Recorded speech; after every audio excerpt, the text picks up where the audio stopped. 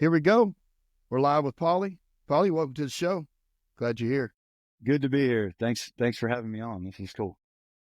Yeah, no, this is something that's fun to do, and Yeah. Yeah. we just have a good time. Try to Yeah. talk in about an hour or so and see where it goes. Yeah. That sounds good. I love it. All right, I always try to start out with try to get a little background on everybody because maybe we can learn something. So where are you from originally? Originally, I'm from New York. I was born in Long Island. My whole family is from Brooklyn. It's Bensonhurst, and born and raised till about 9 years old. And then I moved to Goshen, New York, which is about 2 hours from the city. It's Orange County. It's like actually right where Orange County Choppers is. Everybody knows that. And then, my dad retired from the New York City Police Department. He got hurt really bad on a job, and he ended up retiring, and I started to kind of figure out what was going to do for the future. And we were living up there for about 5-6 years. And then my brother got accepted to Lynchburg College, which kind of, my parents loved the area. They were coming down here to look at the college, and my dad had bought some land here. So we just ended up moving down here. It was a more affordable area, obviously, than New York. They liked the schools. My sister and I went to JF, and moved here in 93. So I've been here ever since. So what was Brooklyn like as a kid? Man, growing up as a kid, my grandparents had a house on the corner right on 13th Ave, and it was a beautiful home. My dad bought it when 1979, right before my brother was born, and he just fixed it up. It was a shithole. So him and my grandfather fixed it up together, turned it into a really beautiful home, and ended up being like a real historical home in that area. My grandmother was a workaholic.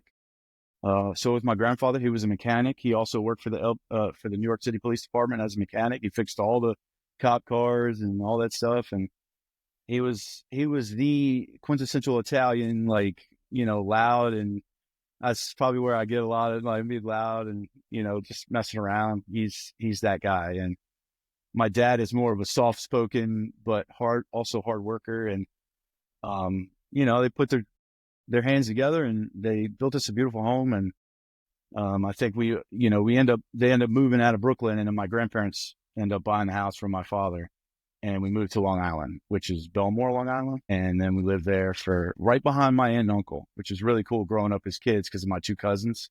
And then it was my brother, my sister, and myself. I'm the youngest of the three. So, Okay. cool. So Brooklyn's awesome. It's fun. Yeah. When did you move out of Brooklyn? How old was you? So my brother was born in Brooklyn. We moved out. They moved out when my brother was like 3. I was born in Long Island.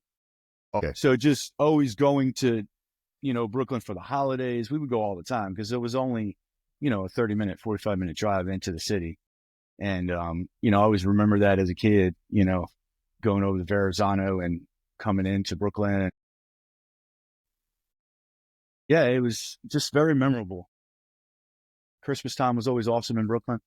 Because you had a lot of diversity. You had, Hanukkah candles, and then you had people celebrating Christmas at the same time, which I thought always was really cool. You don't see that a lot here in the South, but it's still really cool to see the diversity in Brooklyn versus, down South. We lived in more of an Italian area, both Brooklyn and Long Island. But my grandparents always just Italian feasts for Christmas, for Thanksgiving, Christmas. It was awesome.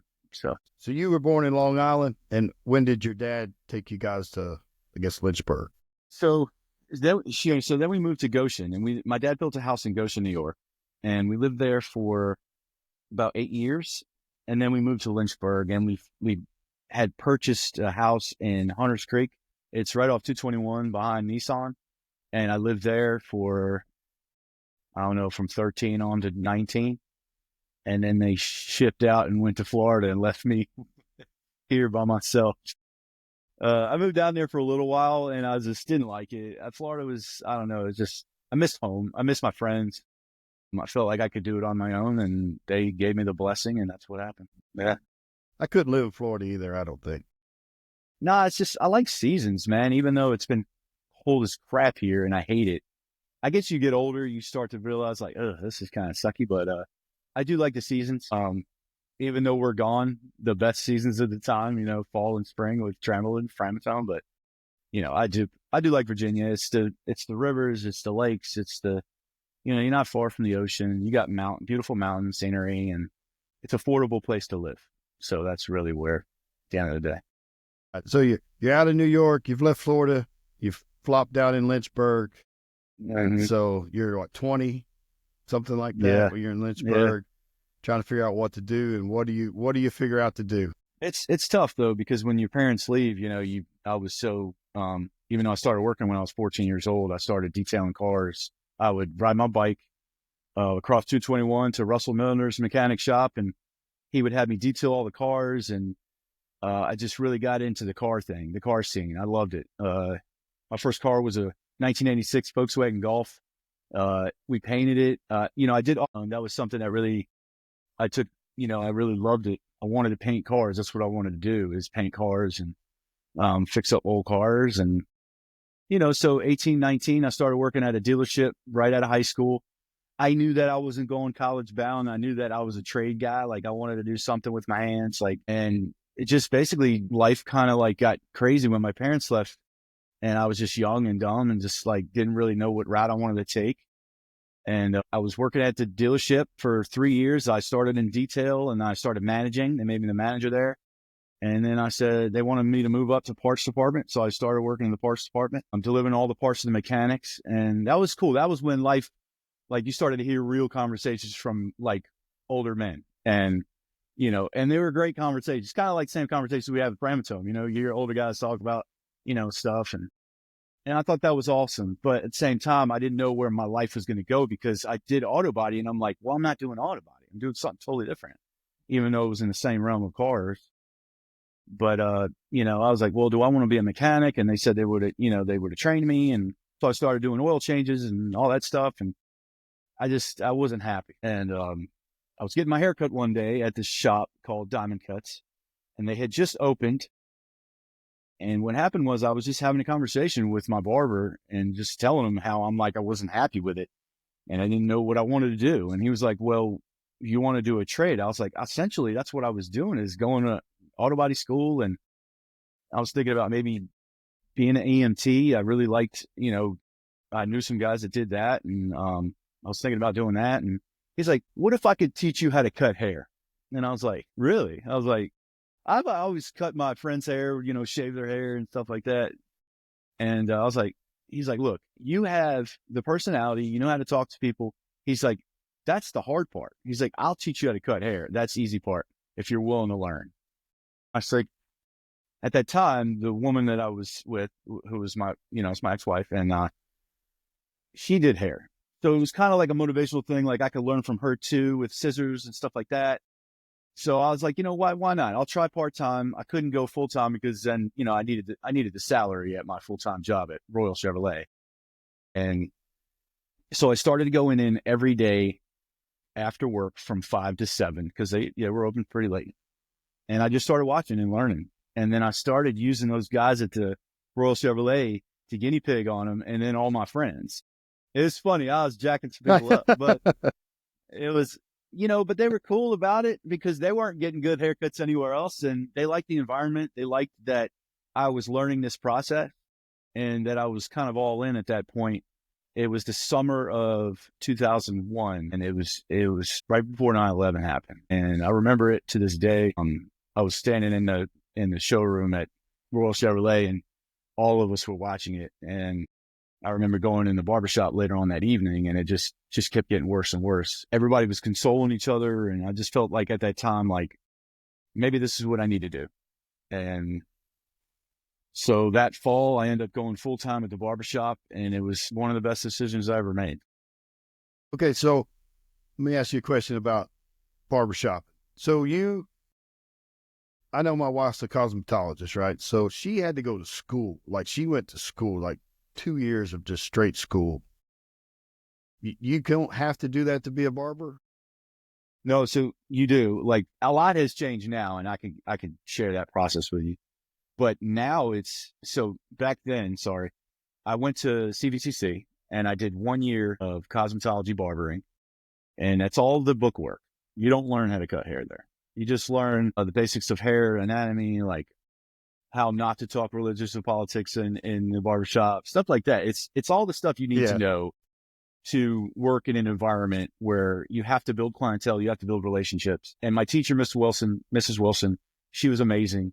She was funny. She made the class easier because there was a lot of stuff on there that I did not want to learn, like nails and like, I don't need to know this stuff. Like I'm fading men's hair. Like, no, but it was cool though, because we had a cool class. Everybody was really, really wanting to learn how to cut hair, make this their business. So yeah, I did that for a year. And then I did apprenticeship hours under DPOR through Diamond Cuts. And I got my 1,300 hours, I think at that time, that's what it was. You had to get 1,300 hours. So it was essentially 2 years of doing this.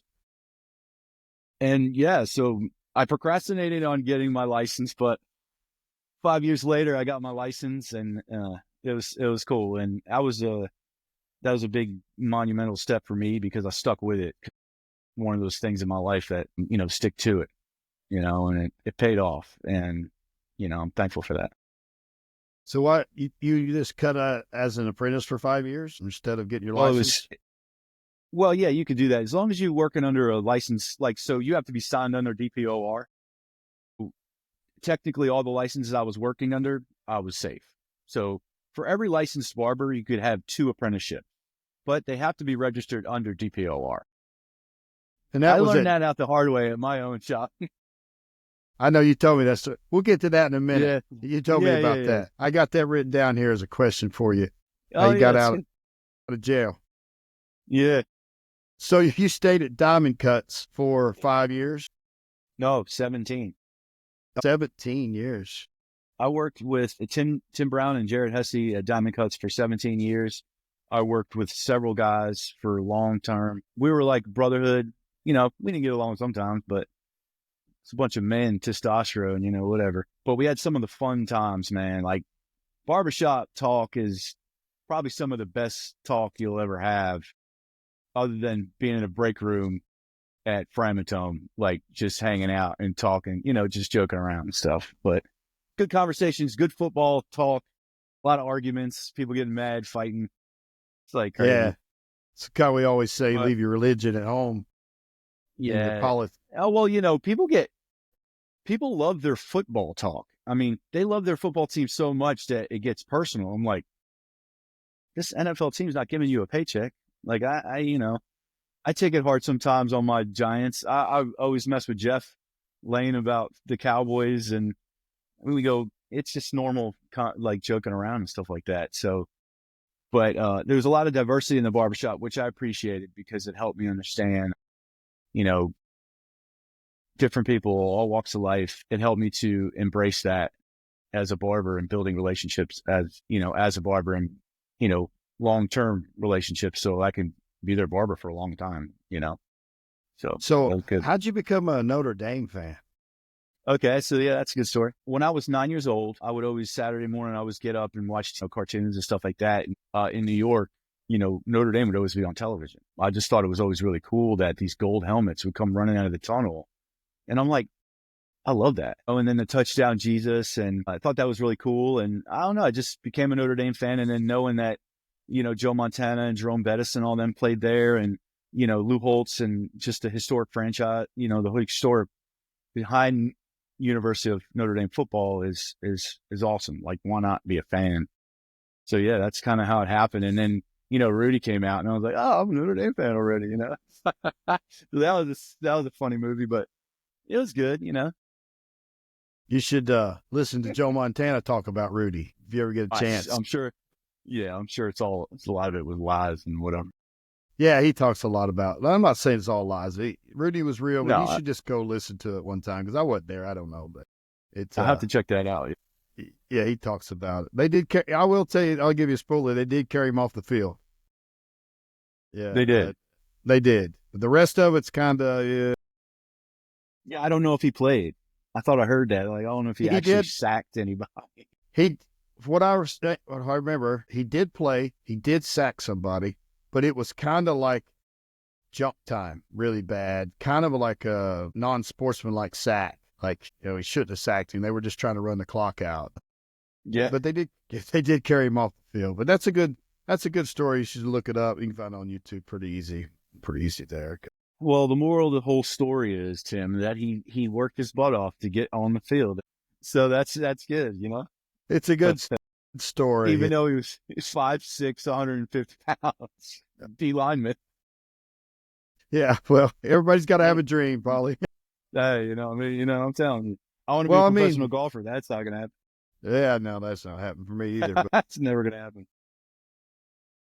so you had a little heartbreak the other night, I guess, at the It national was rough. championship game. Yeah, I love our coach. I love where we're headed. I think Marcus Freeman is an awesome coach. He's a player's coach. He recruits really well. So I think it will be, as long as he stays around. Unfortunately, we lost our defensive coordinator, which I loved him, where'd he go? but he went to the NFL. I think he's going to go be a head coach in the NFL, maybe, or maybe a D coordinator. Well, I don't know. I will have to double check that, but yeah, yeah, he yeah, did but leave. that's where they go. I mean, that's the stepping stone for those guys is up the ladder Exactly. to the NFL where the money is. Yeah. That Ohio We State team made was it. stacked. We made it a game though. I was freaking out. My wife was sleeping, and she ended up getting up and shutting the door real loud, so she know I'm being loud. You know how your wife does that stuff. But they come back in the game, and they made a little bit of a game, and they made it interesting. But it was tough loss. So I'm not gonna lie. Yeah, that Ohio State team was stacked. I mean, that's a They were good team. They were a good team. they were they were beasts. Now, Yeah, and that Penn State game was a good game too. They come back down. I it think was they were down awesome. 10-0. Yeah. Come back and won that stuff. Could have Yeah, went I out of the could. way in that one. Yeah, I mean that kid threw an interception at the end. What do Yeah. you say? They're kids. That's what we Yeah. forget. These guys are kids. They're not 28 years old in the NFL and had 4 years, 5 years of coaching with them. Yeah, they're just kids. Yeah. Exactly. And we forget that with kickers too. Them kids they're just 18, 19-year-old kickers who've been kicking in high school.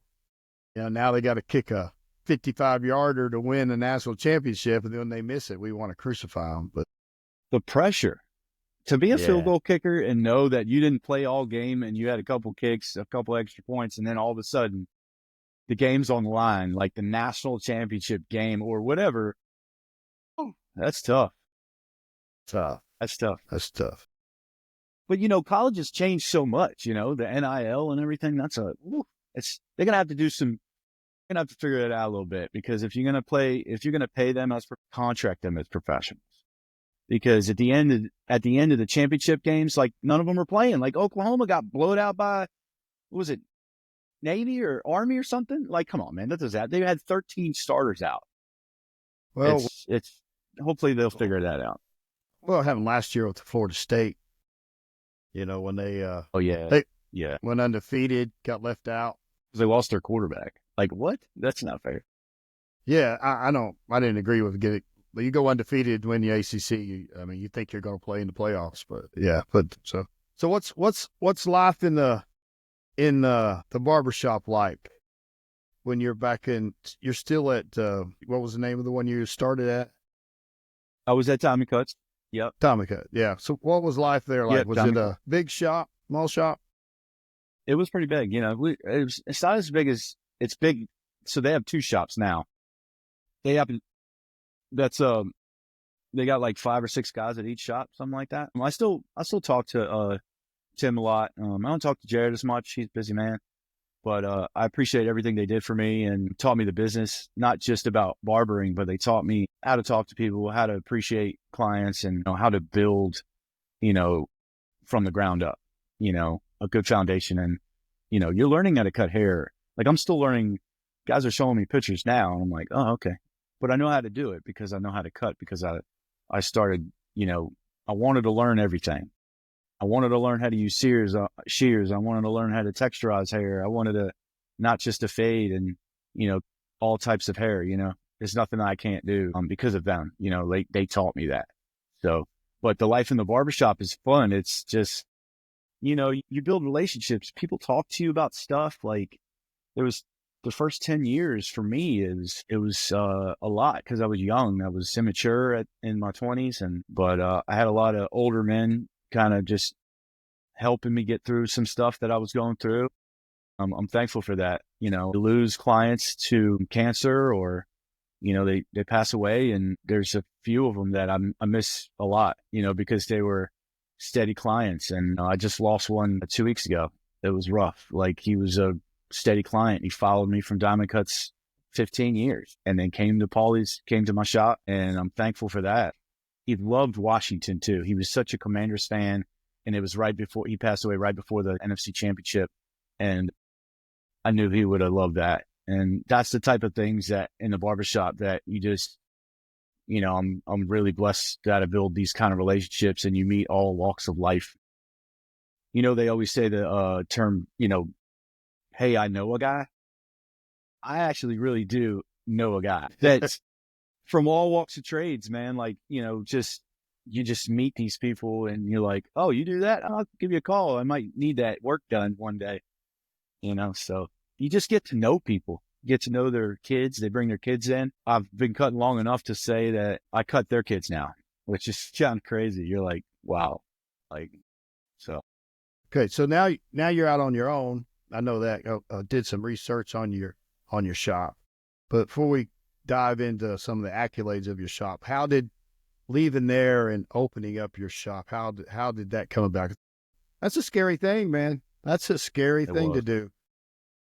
It was kind of like from 2015 to 2018 was kind of like I was getting to the point where I could open up my own shop, but like it never happened. It never was the right time, because it was just not a perfect situation. And, multiple people kept saying, Paul, you need to open up your own shop, man. Like, what are you waiting on, man? You have so much clientele, you'll be fine. I'm like, yeah, it just doesn't work like that. It's hard because, I could do it by myself, but I would want to work with other people. That's the whole thing about coming in the barbershop, is like you see multiple people and you have conversations, and it goes back and forth, and you create that environment. You create that cool environment where you can have those conversations about football, and it's, or whatever, and so 2018 came May 1st. I opened up my own shop because of a guy that I knew that owned a complex. And it was an older gentleman, Bill, who had a very small shop. It's like 500 square feet. And all he had was one chair, a sink, just the necessary stuff you need for a barbershop. And it was perfect. And the landlord, my friend Joe, called me and he said, hey, look, that building I own right there on Lakeside? I'm like, yeah. I was like, what about? And he was like, well, Bill is not doing good. He's got, he had to get a colon removed or something. I really don't know. But he was sick and he had shut down for a month. And he was like, look, he'll sell you all his stuff. Like, you might want to talk to him. Here's his number. So I was like, okay, I'll give him a shout. And then he told me what he wanted for everything. And I was like, that's like too good to be true. Like, yeah, it was the moment where you were like, this is why I waited for the right time, And I remember talking about it with, my wife now. She was my girlfriend at the time. It was very new. And she was like, we were looking at the suite, and it was like, this is all I need. This is perfect. And it was perfect. And so I ended up writing him a check for $1,100, and I got everything I needed. And, I had a vision of what I wanted to put my own touch on it. But it was cool because the first week I opened up, May 1st, 2018, I left Diamond Cuts, and it was hard to leave Diamond Cuts. Those guys were like family to me, and there was a lot of young guys coming up, and I felt like, they needed that chance to come up, and not that I was in the way of anything, because they could have still did that, but it was time for me. And I asked them if they wanted to do something like partner up, but they said, no, you have our blessing. And I was like, okay. I look back on it now, and it was actually a good thing that I just went off on my own and did it on my own, because it gave me, I guess, the strength and ability to do it, and, to know that I can do it. And that first week I opened up, I made the most money I ever made. And not only did I cut my clientele, I cut his clientele that were waiting for a month, and it was awesome. It was people bringing me champagne, taking pictures, and they knew how hard I wanted it, and how, because I was very, wore my heart on my sleeve with it, and everybody was very happy that I did it. It's crazy to see it now. You're like, wow, Yeah. So you start off like it's a modern day success story. You worked up, opened a shop, took a chance. $1,100 was a lot of money, I'm sure. When you write that check, and you don't know, and you're sitting there going, yeah, you don't. You don't. I'm writing this $1,100 check. Am I throwing it away? Will they come? Will they show up? You're like, I don't know. But how many chairs you got now? I have 12 chairs now.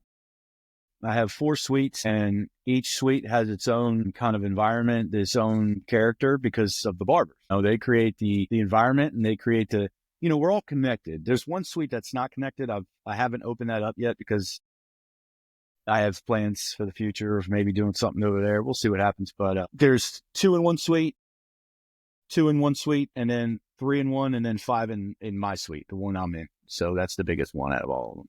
But altogether, it's 3,000 square feet of space. Yeah, it's cool. We started small. I started off 500 square feet. I brought a guy named Anthony Morton.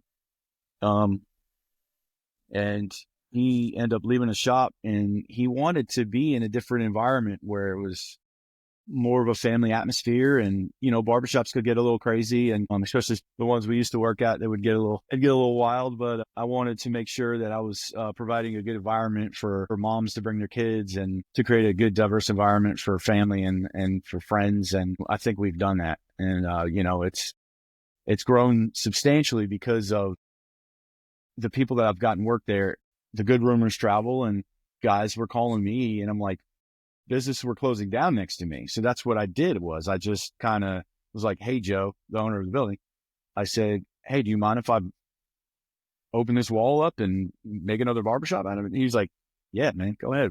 Go, let's do it. I was like, all right. So that's kind of what we did, is just, I would come back from my outage, and I opened up C.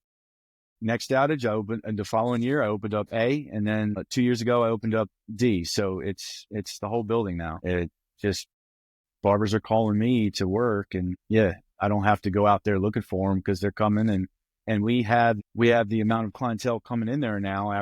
They say after 3 to 5 years, you're usually grounded. It's a business that's grounded, and it does well, and that's where we're at. I can't believe it. From what you said, is day one, you don't know what you're doing. It's like you come from a place where you didn't have any responsibilities other than showing up 8 to 5 or 8 to 6 and paying chair rent. And that was it. Now it was like I had responsibility of advertising, making sure these guys were going to make money. I stress out so much that if they're not making money, they're not happy, and they're going to leave. So that's my job as an owner, is to make sure that there's always traffic coming into the shop, and they're doing their job by keeping them in the chair. So that's one of those things where I'm very adamant about with them. And that's the only thing I'm probably hard on about, is making sure they're consistent with their schedules, and, that they're communicating with their client, because I can't do it all. I have my own clients that I have to, I'm there 8 to 5 every day working. When I'm in town, right off the road, I'm back in the barbershop. People are waiting for me, lined up, ready to go. So I know you've won some pretty prestigious awards in the area. I mean, for your barbershop, like you've Barbershop of the Year or something. I don't know exactly what they called it. A couple times, right? Yeah. So Lynchburg Living does. It's this magazine, that local magazine that comes out every year, and they post voting for about 2 months, and you can only vote one time. And I don't like to ever really push it, to where just naturally let it happen. And the first time it happened, I never even posted one time, and we won. And I'm like, it's crazy. I got the email. I was on the road. I think I was at Callaway. I can't remember where. I was somewhere around Callaway or something. And I got the first award. That was 2023. And it was News and Events and Lynchburg Living. So we won gold in both, which was amazing, because I will tell you first, and I'll tell everybody, there's a lot of good barbershops in Lynchburg. There's a lot of competition in Lynchburg. And I couldn't believe it. I was ecstatic and humbled, and, it felt good. I'm not going to lie, because, we'll get into it, but the Framatome thing, it's tough to be able to juggle both. We're making it happen. And then we just recently won it again. I remember being in Soswell, and I posted it, and I remember Jeremy Jackson coming up to me, and he throws his hand up, and I'm like, what are you doing? He's like, high five. He high-fived me. He's like, congratulations. That's awesome. And I was like, for Jeremy to give me a high five for that. So it's a good feeling, man. I'm not going to lie, because not for me, but for them. I mean, they did it. I'm thankful to be an owner and be able to own such a good shop with great guys, great family guys. They all have wives and children, and they work hard. They work their butts off. So it's good. So in this, I call it rags to riches story that you did, going from, it's a book, man, $1,000 check to winning the best barbershop in the county or city. It is a rags to riches, and you should be proud. I'm proud of you. So thank you, Tim. But you somewhere in there, I don't know anything about this story whatsoever. So I'm really interested in how somewhere in there you ended up working with, you coming to, I think it was Salem, and met me for the first time. Yeah. So like, just tell me. I don't have no clue. Yeah. So it is a crazy story, because I had submitted my application because I had talked to Diamond Cuts owners about doing Framatome. I had been wanting to do Framatome for a while because of the benefits, and it's part-time, so I could do both. I always thought it was like perfect. I was like, and even my guys that, I'm friends with and that worked for Framatome for years, they were like, dude, it would be great. That's what happened. It was like, I submitted my resume to be, to try to get on and the rapid integration program. And in 2018, so May 1st, 2018, I opened up the shop.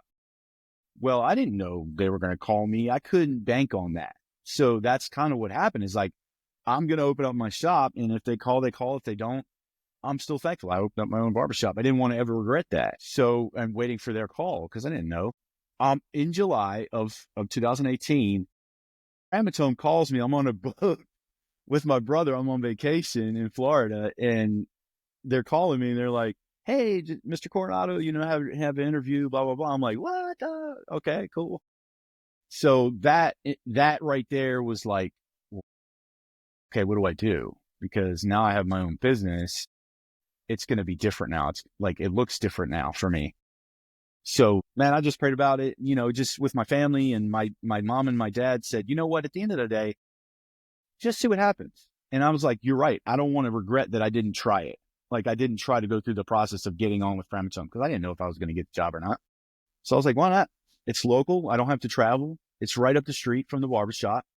And that's exactly what we did. That's exactly what I did. Even my girlfriend, my wife now, she even was like, just go for it.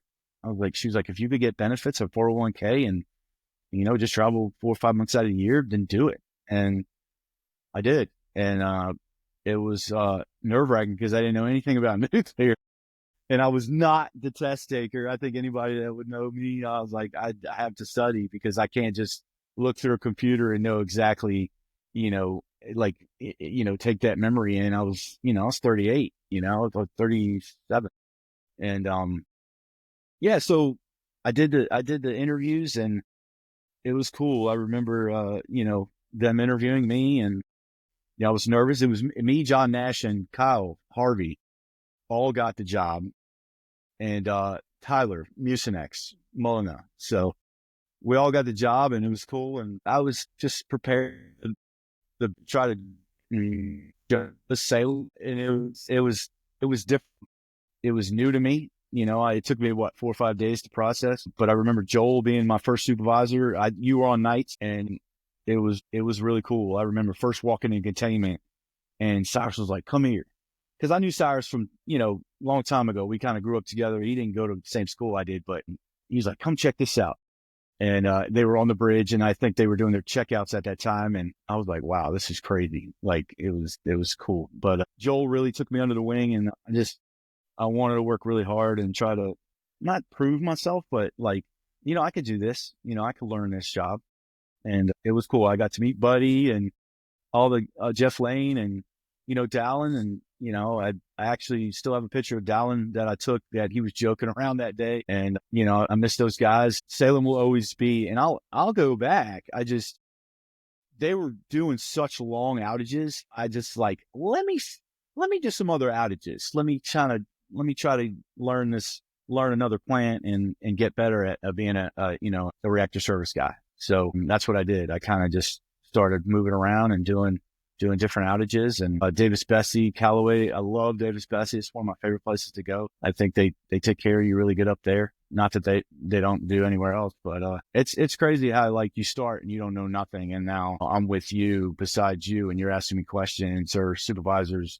It's like not in a million years would I've ever thought I've gotten to this point. You know, there was times I questioned it because I was scared that the barbershop would, because I was leaving like my shop. And luckily I had the guys that let me do that. Like I would always thank them, like everything, you guys need anything? Like, you know, so I tried to keep my mind, make sure I was focused on the road, and they allowed me to do that because I have such trust in those guys to run that shop while I'm gone. And the first 2 years were very difficult. I'm not going to lie. You know, I lost a lot of clients to traveling, because there's a lot of other good barbers in Lynchburg. And at that time, I didn't really have the barbers there that, you know, I was still training some of them and helping them cut longer hair. And, you know, I had such a diverse clientele, so they would just go back to my old shop, which it hurt me. I'm not gonna lie, it bothered me a little bit, you know, but at the end of the day, now I just build new clientele. And if I do lose a client, it's still one of my barbers in my barbershop. So, Yeah. so things have changed and they've gotten a lot better. So when I am on the road, I'm focused and I don't have to worry about the shop. They freaking hold it down, man. I mean, I love them. They're like family to me now. Yeah, you mentioned Dylan Henson.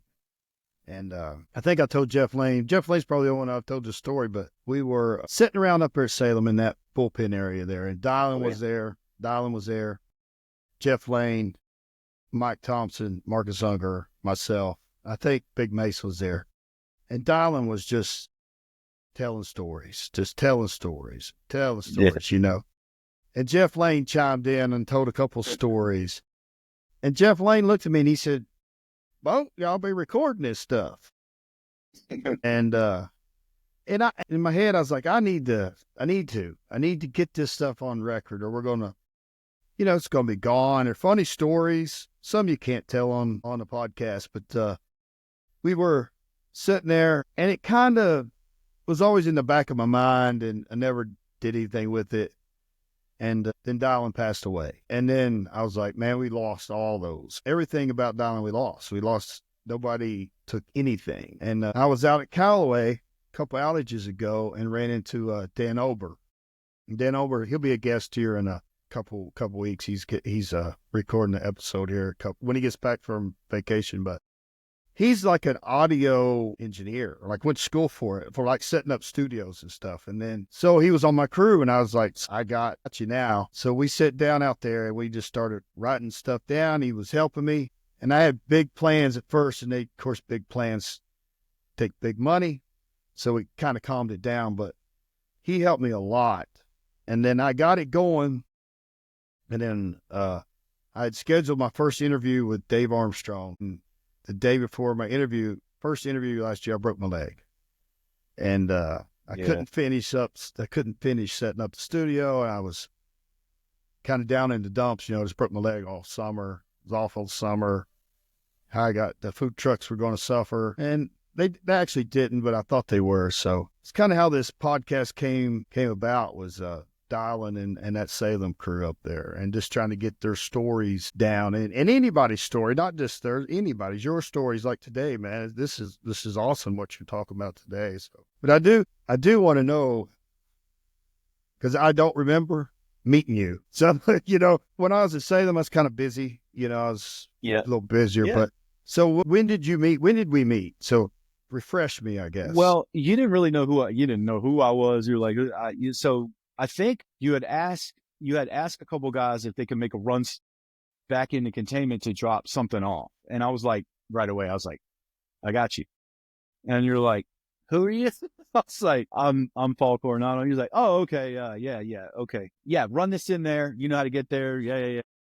So and I did that. And I think ever since then, like we kind of just, you know, you were always cool to me. And yeah, I mean, I worked with you a couple times. I've worked with you a lot now. I think, you know, quite a few times. I don't think you've been my supervisor yet, but we've been on like opposite shifts or stuff like that, especially, you know, Soswell just recently. So I've had so many memorable experiences. I think Jeff Lane is probably one of my favorite persons to work with. He makes it fun. we can have some jumps where it takes a lot out of you, especially being older. I just recently, like, we had to do, the sentence fell on us at Southwell, and Nash and I went in there and just banged them all out. And I couldn't walk the next day, like from getting off the scalp, like up and down. Like, I'm freaking old, man. My back's like, I walk in, Jeremy's like, he looks at me, he's like, you managed to work your way out of any work. I was like, what are you talking about? He's like, well, you're dosed out. I was like, yes, I'm going home tomorrow. And he was like, no, you're not. I was like, Jeremy, I got to go, man. Stop. So he's, he messed with me, made me stay the whole day. It's all good. But seriously, my back hurt for like 2 weeks. It was rough. To hear Jeff and Dallin stories in Salem, and, John and Jesse and you, and man, I could go on and on. There's so many people. Todd, it's great, man. Good stories, right? But just to sit there and just learn from them. And I think if it wasn't for my first experience with Joel being cool, and I remember one of my first jumps, he asked me he's like, are you scared of heights? And I was like, I didn't want to be a wimp and be like, yeah, man, I don't want to go up there. He's like, I need you to come to the top of the head with me. We got to do some measurements up there. And I was like, all right. I didn't know what the heck we were doing. I was like, he's like, just come with me, and I just need your help. Just take some plates off. I'm like, all right, cool. Oh, look down. Dude, I did not look down one time. I remember crawling around, and he just kept laughing, and he's like, you're all right, you're all right. And honestly, like, over the years of doing stuff like that, I became less fear of heights. So it doesn't bother me as much. Now, I'm not going on top of the crane and lining no crane. I ain't doing that. Screw that. I'll let them young boys go up there spider monkeying around. But I'm not, that's not me. So, yeah, like working with Derek Adams there, and like Salem, I went to Salem quite a bit. I think after the second emergent, or not the emergent, we came back on that first baffle bolt, and it was chaos. I think all the crews were loaded, like so much talent there. I'm like, here you go. Here's your tool. Here's your ladder, but you got to be that guy. You have to start from, and you got to learn, that was one thing I just told myself, was like, shut your mouth when you don't know anything. Cause I've spoke up sometimes, and you're like, people will quick to tell you, shut the hell up. You don't know what you're talking about. And it's true. I didn't. So, if I don't know it, I'll just keep my mouth shut and learn from you guys. You guys teach well. So yeah, Salem's got a lot of good memories. I'll go back one day. They stopped all those long outages. So maybe I'll head back up there. I miss Buddy. The coronavirus, we all did that. That was rough. I remember we had to wear those panties on our face. I have a picture of Jeff. He was trying them on as underwear. I know he remembers that, but that time right there when we had to wear masks and going through the coronavirus, that was rough. And they were cotton too. You couldn't, like, oh my gosh. And I remember, like, just the back end, Shimiak and I were staying at Gary's, and Gary had got coronavirus, or had got tested positive. And it was kind of crappy, just, knowing that if you had it, you don't know, but like, you had to go home. I'm like, this is the best time. I'm ready to put this thing back together. I'm ready to go. Let's do this. Cause we had to finish moving fuel, and all of a sudden, well, you might have coronavirus. You got to stay away from the crew. So I had like staying off into the cubby by myself. Like it sucked, but we ended up not having it. But I missed the last 5 days of that outage. It sucked, but we went through it. We got through it, man. But look at us now. Yeah. Well, Salem, people don't know, anybody's listening don't know anything about nuclear. Probably trying to put it in layman's term, but Salem's like a cupcake compared to, a BC Summer or a Millstone. So they've upgraded it so much. Put that thing back together 2.5, 3 days, and it's just easy. Yeah, they fly. They fly. It's not like Millstone where I don't know if you've been up there to the Westinghouse at Millstone, but it's a monster, man. It's big pick, moving stuff around all the time. It's a big boy, yeah. So, and I'd worked with you there at Salem 2 or 3 outages, and then I noticed that you were a worker and you did stuff, and then I left, and then I was out doing some beat up and to come back, and then I remember coming to BC Summer the first time we went, and you was there, and I noticed, I was like, yeah, he's fine now. You got it, and you just needed a few things. I don't know why you haven't stepped up to a supervisor. Uh, No. well, that may be the reason right there, but Well, that's no, it's fine. not that, but it's not that I don't want to be one day, but I still have a lot to learn. And just Sizewell, it's like, you're for me, and we're not talk about it forever, but the whole level 3 means, you start very in the beginning. It was of level 3 is you get on the MCO, and then I don't want to push, like I don't even, I have my par now, but I don't have my sterns. And I thought my first time on the upender went down. So Dave's sitting up there with me, and Dave's like the perfect person to turn over with because he knows that machine like the back. So I'm like, so good. I got Dave, and Tim's over there, and Darius is a great spotter. So like I was comfortable. And then all of a sudden, upender goes down, and they're like, Dave, I'm like, I'm not making Dave stay up here for two. So man, I did it, and it went really well, and it made me feel good because I got off that bridge and it went smooth. And but like I said, I didn't have any. He's like this, and this. Like look out for this, and blah. I'm like, all right, let me write this. But that machine there is like it's a Cadillac, dude. You just got to make sure you're looking at looking at your stuff the way you're supposed to be and point and shooting. So Yes.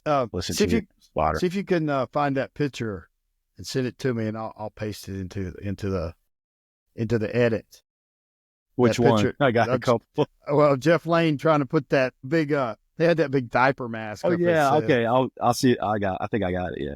yeah. Yeah, See if that you can was send that to those me. are some memorable moments at Salem, man, and some of the best because I was young and young in the industry and coming up, and some of the best guys I work with there. And but moving around has really helped me doing learning setners and taking apart. Like, I haven't been to Florida yet. I haven't been to Millstone, but I've been pretty much everywhere else. Somewhat. We got a lot of new contracts now, so we'll see what happens in the future. I'm Yeah. going to Callaway. I've been there. It's my third time going. I'm excited to go to Callaway again. All right. So let's get off the boring work stuff because we got something Let's else to do it. talk about. Something I actually know something about and I love, and it's barbecue. I Yeah. know you're a avid barbecuer. I'm an avid barbecuer. I got a little food trucks where I wore the hat. Mm-hmm. So six barbecues, little food truck we got. But Yes, sir.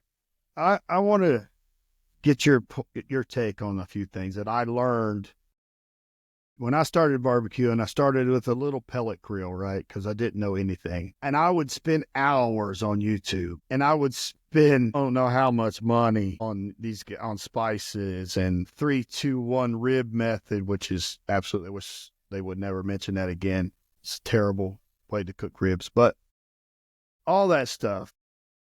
So this is what I took out of all of that. For one, is on you can never taste it on YouTube. Like you never know what it tastes like. They can make it look great, you know.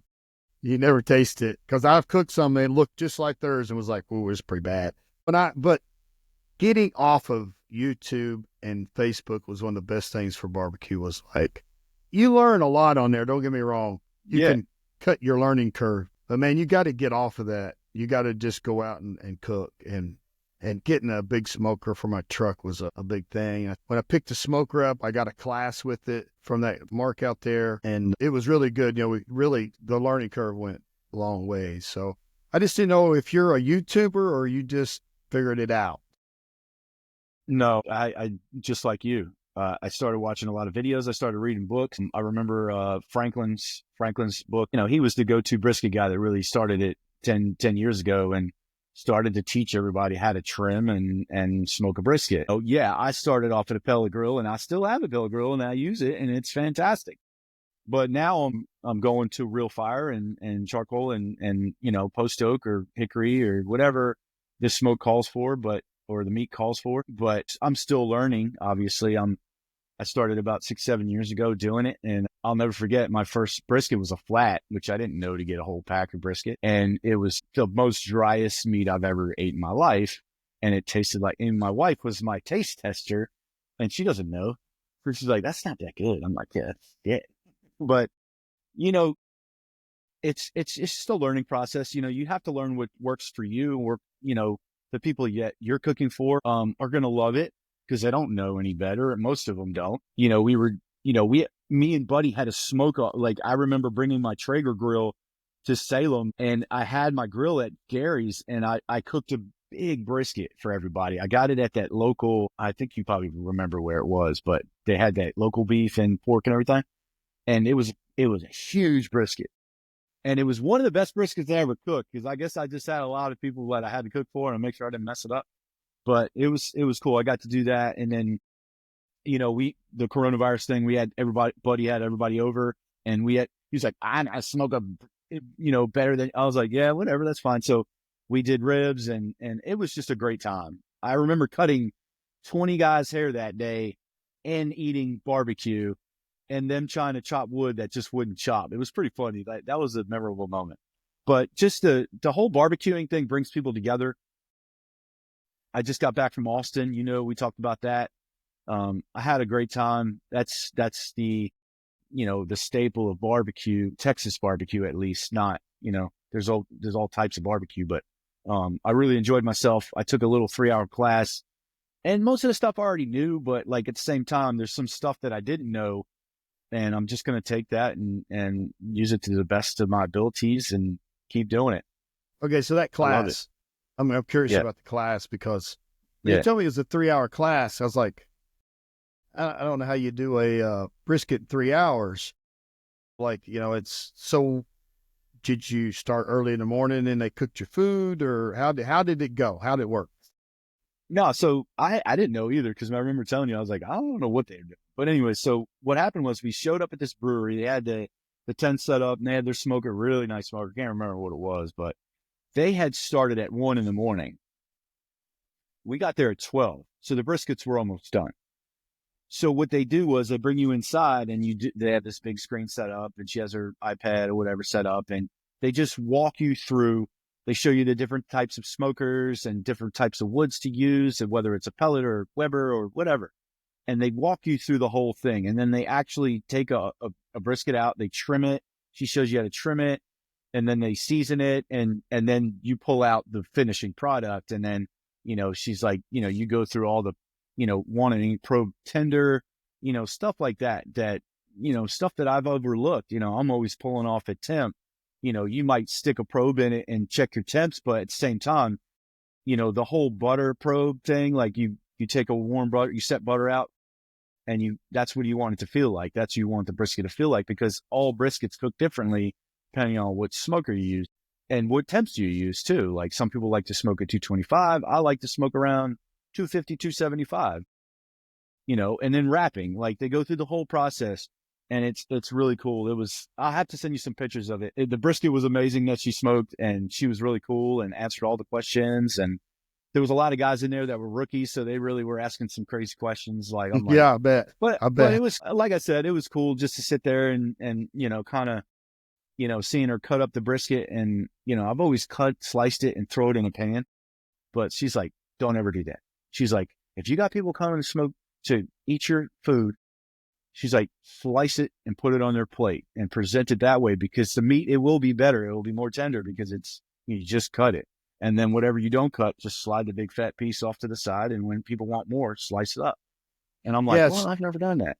Well, she's right there. Because if you ever, I don't know how much she went into detail on that, but a brisket, when you cut it down the middle, right where the flat and the point and all that meat's, right, you cut it. Yep. If you just let that sit there, the edge would get white. It actually will get white and dry out. Like, when we go on these, that's why I hate it when they buy barbecue for like our group dinners and stuff, because it's just, they cut it all 2 hours before, and it just don't have a chance. The brisket is done. It don't have a chance. It's dry, and it's always tough. They cut it real thick, and it won't pull. But yeah, she's right. You cut a brisket, you cut it out, you lay it out. The guy walks up, point, flat, matte, fat, whatever you want. You get it up and you hand it to him, and you tell him, go eat it, because it's not going to get any better with time. No, not at all. Yeah. It will dry out. And like I said, that's how most barbecue spots are. They're a la carte. So they're cutting it all right in front of you and put it on your plate. They're pulling it out of their butcher papers, whatever they wrap it with. They're pulling it out of their warmers, and it's like boom, boom, boom. It's like Terry Black's was like that. Franklin's, we went to all these places and it was great. Like some of the best tasting barbecue. Leroy and Lewis was awesome. Their beef cheeks, they're unbelievable. And they were so tender and moist and delicious. So that was good. What was the best one? What was your favorite? Franklin's brisket was the best. It was delicious. Like, and we didn't have to wait in line. That was the cool thing is, how like it's crazy. Like I was like, I'm not going to go if I have to go at 6 a.m. and wait in line. That's crazy, because there's so many other good barbecue places. There's 100 of them. They're just the social media ones. Like Franklin's is one of the big social media ones, and Terry Black's and stuff like that. So, we went to Leroy Lewis first. They had a candied bacon rib. They don't take the bone out of the pork belly. So it's their 1 day special. So I'm in line and I'm like, I'm going to get that. That thing looks amazing. I remember seeing it on TikTok and I'm like, I got to get it. And we're next in line and the guy in front of me with his wife that don't even know barbecue get the last one. And I'm like, oh, you're killing me now. I wanted to follow them. My wife's like, you need to calm down. Like, you need to chill. I was like, yeah, I did need to calm down. But anyways, I wanted to follow them to the next to their table and be like, hey, man, if you're not going to finish that, let me get a little bite. Let me have a little pinch of that. Have a little pinch of but that. But I think, like I said, Franklin had the best brisket. Terry Black's was a great brisket and great jalapeno cheddar. It was just like we were eating so much that we were just like, man, we were so burnt out eating all this food. So we wanted to just try little things. Terry Black's sides, not really that great. It was all right. And that's the problem with a lot of barbecue joints, not necessarily down there, but in the country is you go there and they have like, these guys have the best ribs, but their mac and cheese is Kraft or their beans are just out of the can. You're just like, come on, man, put a little time into everything. Plus, what you were doing down there, going to Franklin's and Black's and all them, it's not cheap. No, it's very expensive. Yeah, so it's like the rib was $38. So I'm actually kind of glad I didn't get the rib. So, and then they have the beef ribs. I didn't get the beef rib. I know what a beef rib tastes like. It's good, but I'm not paying $38. So we got brisket, we got the jalapeno cheddar, sausages, which is homemade, everything, and they're delicious. But yeah, I'd say Leroy Lewis, they know what they're doing as far as the sides. We didn't get to go to the Interstellar and La Barbecue, and I heard those are like the brisket's amazing and the sides are really great. I think that's why they're doing so well. But we couldn't go because of timing, and they were closed on Monday and Tuesdays. So yeah, but the experience in itself. And Snow's is only open, one Saturday? On Saturday, I know. And I was going to go, but we landed on Saturday and we were like, okay, let's go eat because we were starving. It was like 12 o'clock. And then we went to Leroy and Lewis because we went by La Barbecue and the line was like crazy. And I'm like, well, let's just go to Leroy and Lewis and see because they used to have the food truck. So now they have brick and mortar. And like I said, we were glad we went there. It was awesome. Everybody was so nice and it was cool, man. Some good beer to go with the barbecue. It's good, That's good. So you liked, would you recommend the class to for beginners? 100%. Yeah, it was worth it. It was $150. I mean, it wasn't bad. I enjoyed like I said, the stuff that I learned, you can't rush barbecue. I've worked on my patience over the years, but barbecue is one of those things where, especially working with real fire, like pellet grill, you turn it on, you let it warm up, and you throw your meat on the grill. Like, it's not hard. Like, you cook to temp, and that's it. You have a really good piece of meat. But working with like an offset and really managing your fire and, managing your smoke to make sure you have good smoke. Those are the things I'm working on now, and I'll get better in time, and it's fun. Like, I like doing it, and I like hosting people. I like feeding people. I grew up in an Italian home and smoked meats was never a thing. Italian food. And I love to cook. Cooking is my passion. So never know, man, we can link up in the future and do something. Yeah. Maybe we could get, one this summer, something gets time. I'll bring a big smoker down or something. We'll do another podcast out by the smoker. And, man, that'd be cool. I got a big smoker. I got 250 gallon on a trailer. That's one thing. One thing I'll tell you, like when you switch it from pellet to live fire, was pellet grills. I don't say I hate them. I like them for certain things, but like pellet grill with a brisket, I always burnt the bottom. I couldn't stop it. I'd prep them up. I would put them on the top rack. I'd do all kinds of stuff. I'd burn the bottoms. Then I had to figure it out. Well, you got to cook real low with the pellet grill, especially when it's got the fire right under the box. Yeah. Yeah, you got to. I found I cooked real low and real long. But when I went and got the big smoker and fired it up, you find out real quick that you got to cook, like my 250 gallon has to cook it like, it has to cook at 275 or it just won't cook.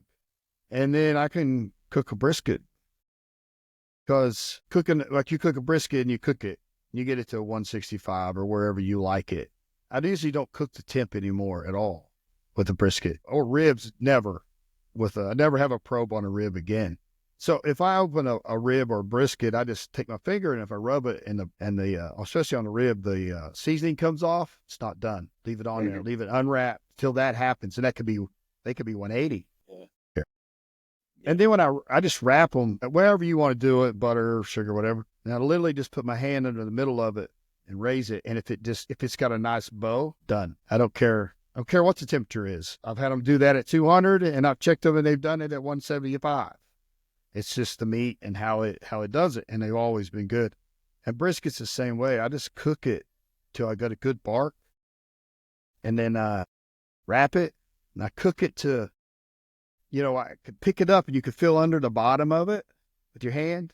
When you get all your calluses burnt off, your fingers burnt off, you can feel that shit. Yeah, you can feel it, and then once that's done, then I'll probe tinder it, and then I put it in a warmer, and I am blessed. I have the food truck, which has a big warmer in it.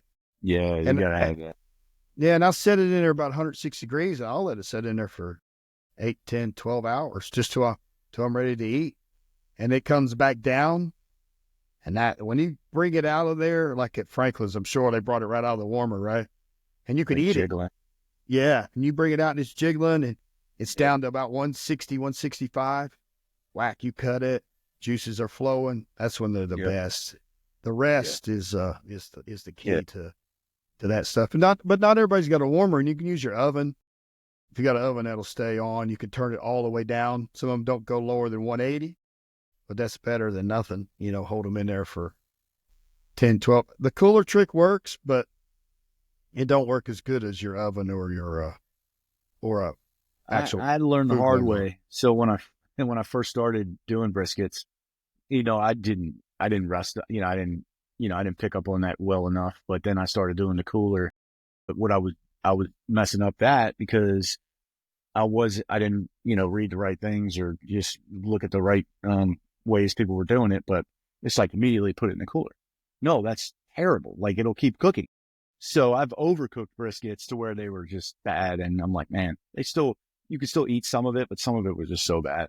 But now I just let it sit out for a little bit. I let it cool down. And then about 45 minutes, I'll put it in my cooler. And the last one I did was really great. And yeah, 4 or 5 hours rest time. It was awesome. But you're right. If you get a warmer, man, you can rest in things for 8, 10 hours, dude. And that's what a lot of these bigger, these bigger barbecue spots are doing. That's the way to do it. And they have to, because you're selling them from 10 to 8 at night, or, from 10 in the morning to 8. Not everybody's Aaron Franklin and sells out by 2 o'clock. So, I mean, I wish I was, but I'm not. But so you got to hold briskets for a while, and you got to stagger your cooks for a while. And so on my food truck, when I serve brisket, it's all been cooked and held on the truck, because I have to hold it on the truck legally. And it's hold there, and then I pull it out, and it keeps going back in and out of the warmer, because brisket don't sell. It does sell, but don't sell fast because the price of it. You cook a 14-pound brisket, you're going to get 8 pounds out of it. You paid $4 a pound, so you got $32. You got to have $32 a pound out of it, and people aren't going to pay that everywhere. Some people will. If you got a big name, they will, but they're not going to pay that stuff. And we kind of cut back on the brisket. Our pulled pork and ribs, we do a lot of ribs. And our pulled pork, we have it all the time. And I'll put my pulled pork up against about anybody's if I can cook it on my big smoker. On a pellet grill's pellet grill. But on my big smoker, if I can cook it and do everything I learned and everything I've been taught and everything I figured out, if I can do the whole process, I put my pulled pork up against anybody. Not competition, because I'm not cutting it up and pulling the money muscle out and all that stuff. I ain't doing none of that stuff. That's just a waste of $20 pork butt to me. But I mean, shredded pork butt, non-sauced, no sauce. I don't mix sauce in it and mix it up. But non-sauce, shredded, seasoned, my stuff's pretty good. So Heck yeah, man. I really like it. Yeah. Yeah, I love the ribs and the pork butt. I don't do a lot of pork butt because, it's, unless I'm having a lot of people over, because, it's a lot of meat. So ribs are easy, man. I love doing ribs. 3, 2, 1. I scratch that. I do it the way I want to do it. Like you said, you get that bend out of that rib, it's done. I'm not in here doing competition bites, but I trim up my rack to where it looks great and take that membrane off. It's good. Like, the ribs are great. I love it. I do it all different types of ways. I do Asian style. I do dry rub, and then I do the butter, brown sugar, and then your sauce at the end for the last 45 minutes, and it's freaking perfect. And I'm a baby back guy. I'm a baby backs. Oh yeah, I do like baby back because of the meat. It's just got more meat on it. Yeah, that bite. Like, I gotta cut that. Bite. Yeah. I love it. Yeah, but so that KC barbecue and all that. Like, when we go to Callaway, I the St. Louis and the KC barbecue, it's good, but I prefer Texas style. That's just kind of my. Yeah, me and Chainsaw drove all the way up to, I think it was called Slacks in Kansas City, like 2.5 hour drive, because it had this phenomenal review, and it was good. It was good, but I always put you hear guys at work say, don't listen to him, he's too hard, but I put a dollar value on what you get. So if I pay $55 for a sampler plate, I want it to be $55 worth of goodness. And then when I get it, I'm like, I got Slacks, and it was a lot of meat, but it was, in my opinion, about $20 worth of what I thought would be good price for what it was. Would I eat it if I was there? Sure. But I'm not going to pay $55 again for that amount of what I thought was good. Yeah. You go to, I've never been to Franklin's. That's a bucket list item, but you pay for what you get there. I mean, you're going to pay for it, and it's good, what they tell me. Yeah, so that's it. But what else you did when you was there was went to the Mothership, right?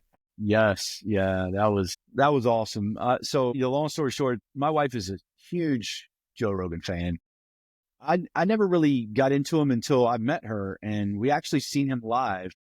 It was like one of our first big dates, and we went to Raleigh and we saw him live, and we were sitting on the 8th row, and it was kind of funny how that all went down. So, like, she's in love with Rogan, I'm over here sitting, she's like obsessed watching him the whole time, and I'm laughing. He's talking about like Fox News and Hillary Clinton. He's hilarious. It was a really good bit, and he's like laying on the ground, spreading his legs and stuff. So I'm laughing, and I yell out. I remember he said something about Hillary. I can't remember. But he said something, and I yelled out "truth" really loud, and I pointed, and he looked right at me. He's like, "Yes, that's what I'm talking about." He looked right at me and pointed, and my wife is like, "Oh my gosh, Joe Rogan just looked at you," and like that was it. She married me. So, but yeah, the Mothership was his dream. He did the club, and my wife tells me all this stuff. I don't. But we went Saturday night, and we did so they had the big boy room and the little boy room. So the little boy room is where Kill Tony's filmed. So Saturday night we go, and we don't know who we're going to get. I mean, it's just random comedians. Well, so you got to go in Mitzi's. Mitzi's is the bar where you check in and you get your bracelet, and you go in there and you're just hanging out, you're having a drink. And Mitzi's is Pauly Shore's mom. She was a comedian, but she, like Joe always talks about her, how mean she was, and she was just but he dedicated this bar to her, and it's her portrait. It's a beautiful portrait of her. And so we thought that was awesome. I was like, my wife tells me that story. I don't know. So then we go up to the little boy room, and we're like the 8th. So we sit in the front, right in the front on the stage. And I'm like, this is not good. Yeah, they picked on us a little bit, but all the comedians were really funny, just they're kind of starting off, you could tell. But they were all really great. We ended up, we did the 10 to 12 show, so we left there, and it was a good time. And then we went back on Tuesday night. Kill Tony, we couldn't get any Kill Tony on Monday because they sell out. He's selling out like crazy.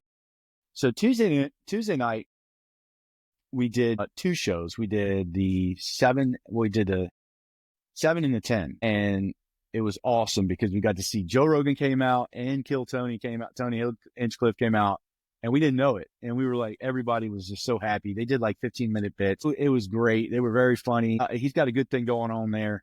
It's kind of like I was explaining to my buddy today in the the other day in the barbershop, is he's doing it for him and his friends. It's kind of reminds me of how Adam Sandler's doing with his friends making movies. It's like he's giving these guys these chances to come, and guys that haven't been on stage. Like I saw Ron White. Like I didn't even know Ron White was still doing stand up, and he was awesome. And he's been doing comedy for 30 years, probably plus.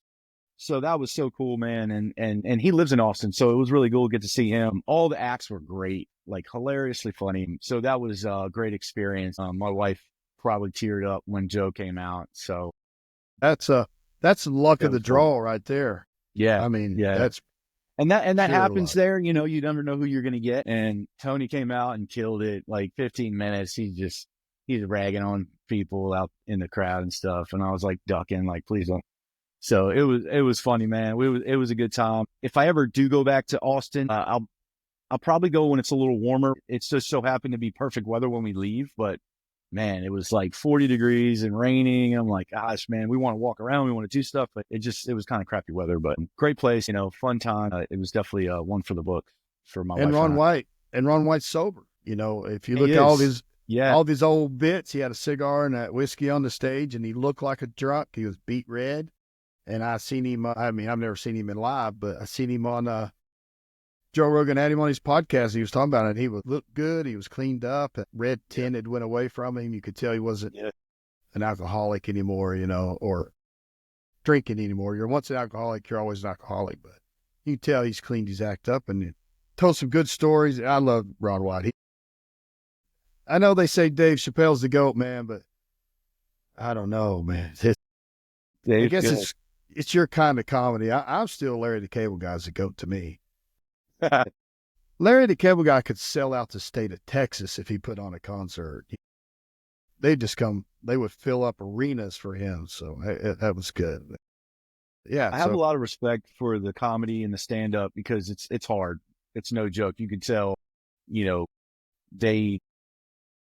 it really takes a lot to make people laugh like that and continuously do it for 15 minutes. Like they have a clock in front of them, and after 13 minutes, a star comes up knowing they only have 2 more minutes, like all that, get to see all that. And, it's very private too. Like you only buy tickets on Mothership's website, and you can't get tickets anywhere else. Like it's all that, so it was cool to see it. You got to put your phone in the magnet cases. I don't know if you ever have had to do that, but it was cool. Like no phones, like just straight up good comedy. It was a good time. I like put the phones in the magnet. That's not a. Oh yeah. Great. When I get Joe Rogan money, I'm going to build me a comedy club and I'll do that. But because they say that place was built with no budget. No, it's beautiful. Yeah, Jordan Peterson said that on one of the podcasts. I think it was Jordan Peterson. He said, "Went to your show last night. I went to your club last night. And it looks like a guy who built this had no budget." And Joe was like, "Well, I wanted it, and I have FU money, so I did it." Yeah, so he does. So, yeah. Okay. All right, Paulie. Well, we've been on here about an hour and 15 minutes, so I appreciate you coming on. Yeah, we'll wrap it up here. No, I appreciate you it. coming on.